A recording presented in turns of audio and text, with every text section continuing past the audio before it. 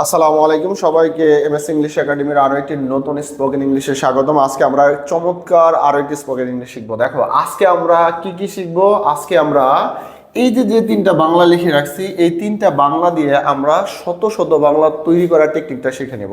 দেখো আমি এখানে লিখে রাখছি আমার যাওয়ার সময় নেই। খেয়াল করে দেখো, আমার খাওয়ার সময় নেই, আমার পড়ার সময় নেই।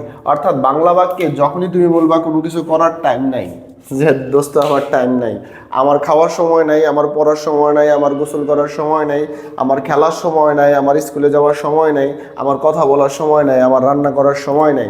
অর্থাৎ যখনই তুমি কাউকে পাত্তা দিবা না, টাইম দিবা না, তখনই তোমাকে ব্যবহার করতে হবে হ্যাভ নো টাইম। কি ব্যবহার করতে বলো তো? হ্যাভ নো টাইম এবং হ্যাজ নো টাইম। অর্থাৎ আজকে আমাদের বিষয়টা হলো হ্যাভ নো টাইম কখন ব্যবহার করতে হয়, হ্যাজ নো টাইমটা কখন ব্যবহার করতে হয়। দেখো প্রথমে আমরা অ্যাজ ইউজুয়াল আগের মতোই আমরা কি নিব, একটা সাবজেক্ট নিব। একটা কি নিব? সাবজেক্ট নিব। এরপর আমাদের হ্যাভ নো টাইম অথবা হ্যাজ নো টাইম। এরপরে তোমাদেরকে মনে রাখতে হবে আমরা ভার্বের 1 নাম্বার ফর্মটা ব্যবহার করব। এই জিনিসটা মোস্ট ইম্পর্টেন্ট। কখনো ভার্বের সাথে আইএনজি হয়, কখনো ভার্বের 1 নাম্বার হয়, কখনো ভার্ব 2 হয়। তো কখন কোনটা হয় এই জিনিসটা একটু মাথায় খেয়াল রাখতে হবে। এখন আমরা আসি।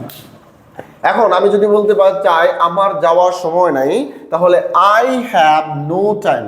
I have no time. I have no time. একটু মিস্টেক হয়েছে এখানে, আমাদের একটু টু যোগ করতে হবে। কি যোগ করতে হবে? টু যোগ করতে হবে আমাদের এখানে।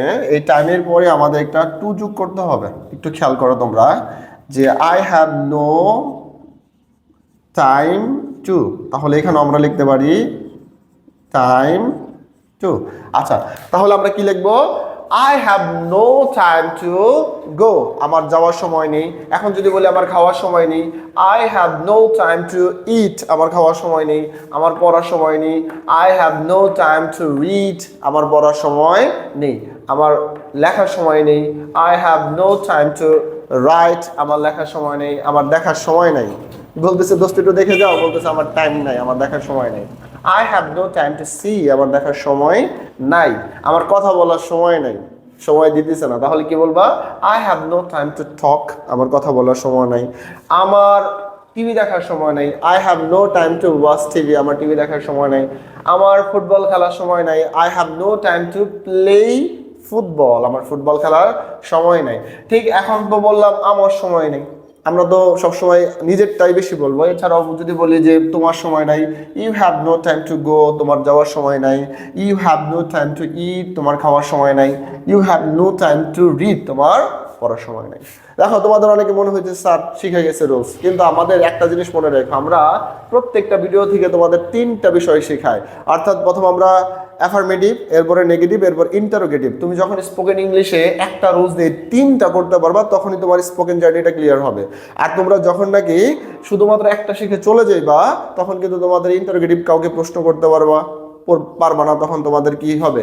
এই শিখাটা একটু ল্যাকিং থেকে যাবে। তো আশা করব ভিডিও শেষ পর্যন্ত থেকে তোমরা 3টা পার্ট শিখে নিবা।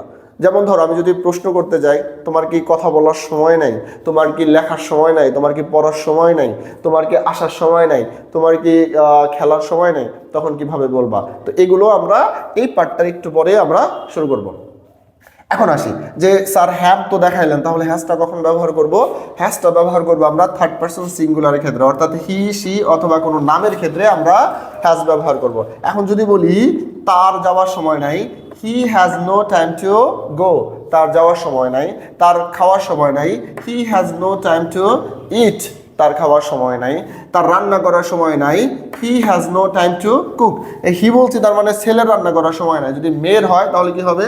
She has no time to cook. তার রান্না করার সময় নাই। তাহলে আমরা কি করতে পারি? এই যে হ্যাভ নো টাইম এবং হ্যাজ নো টাইম ব্যবহার করে শত শত, ইভেন হাজার হাজার, তোমার যদি ওয়ার্ড মিনিং ভালো জানা থাকে, তুমি হাজার হাজার বাক্য তৈরি করতে পারবা। এখন আসি, আমরা কি সব সময় বলবো আমার সময় নেই? আমি তো বলতে পারি আমার সময় আছে। তাহলে আমরা শুধুমাত্র এই যে নো শব্দটা আছে, এই নো শব্দটা আমরা বাদ দেবো, যে না ঠিক আছে, ইটস ওকে, আমার যাওয়ার সময় আছে। Yes, I have time to go. আমার যাওয়ার সময় আছে। আমার খাওয়ার সময় আছে। এটা কখন ব্যবহার করবা? যখন তুমি ইন্টারোগেটিভটা শিখবা, তারপরে ব্যবহার করবা। যেমন ধরো একটা তোমাদের উদাহরণ দিলে ক্লিয়ার হইবা। তোমার কি যাওয়ার সময় আছে? তুমি বলতেছো yes, I have time to go. আমার যাওয়ার সময় আছে। তাহলে শুধুমাত্র অ্যাফার্মেটিভটা দেখো কখন ব্যবহার করব, নোটা বাদ দিয়ে আমরা অ্যাফার্মেটিভ তৈরি করে নিতে পারবো। I have time to go, আমার যাওয়ার সময় আছে। I have time to eat, আমার খাওয়ার সময় আছে। I have time to read, আমার পড়ার সময় আছে। I have time to write, আমার লেখার সময় আছে। I have time to cook, আমার রান্না করার সময় আছে। তাহলে এটা আমার মনে হয় যে খুব ইজিলি তোমরা শিখে ফেলছো। ক্লিয়ার? আচ্ছা, এখন আমরা শিখবো হলো মোস্ট ইম্পর্টেন্ট যে বিষয়টা, আরেকজনকে প্রশ্ন করা। এখন আমরা যে পার্টটা শিখবো এটা হলো মোস্ট ইম্পর্টেন্ট, অর্থাৎ আমরা কাউকে প্রশ্ন করা শিখবো। তো দেখো, প্রশ্ন করার জন্য তোমাকে যে স্ট্রাকচারটা ব্যবহার করতে হবে সেটা হলো do you have no time to, তোমার কি সময় নাই। এটার বাংলা অর্থ কি দিবে, তোমার কি সময় নাই। তাহলে do you have no time to go, তোমার কি যাওয়ার সময় নাই। তোমার কি খাওয়ার সময় নাই, do you have no time to eat, তোমার কি খাওয়ার সময় নাই।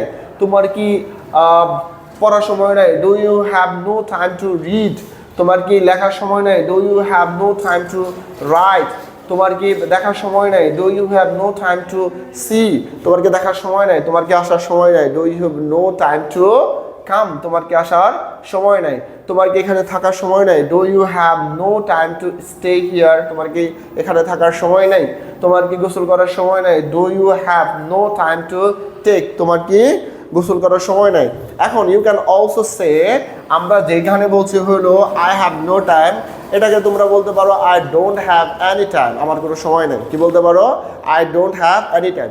তোমরা দুটোটা রাইট, বোথ আর রাইট। তোমরা যেটা ইউজ করে কমফোর্টেবল ফিল করো সেটা ইউজ করবা। তুমি যদি বলো আমার সময় নাই, I have no time to go, আমার সময় নাই। You can also say I don't have any time, আমার কোনো সময় নেই। দুটোটাই কারেক্ট।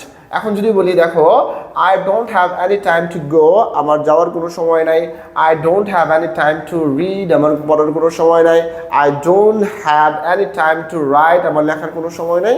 এটাও কি হবে, রাইট হবে। তো তোমাদের যেটা বেশি ভালো লাগে সেটা তো দিয়ে তোমরা কি করতে পারো, সেন্টেন্স তৈরি করতে পারো। তাহলে ভিডিওটা তোমাদের যদি ভালো লাগে তাহলে অবশ্যই তোমরা লাইক, কমেন্ট, শেয়ার করে দিবা। সেই সাথে আমাদের ফেসবুক পেজটাকে ফলো দিয়ে রাখো এবং আমাদের ইউটিউব চ্যানেলটাকে সাবস্ক্রাইব করে রাখো, যাতে পরবর্তী ভিডিওটা খুব সহজে তোমরা পেয়ে যাও। ধন্যবাদ সবাইকে। আসসালামু আলাইকুম।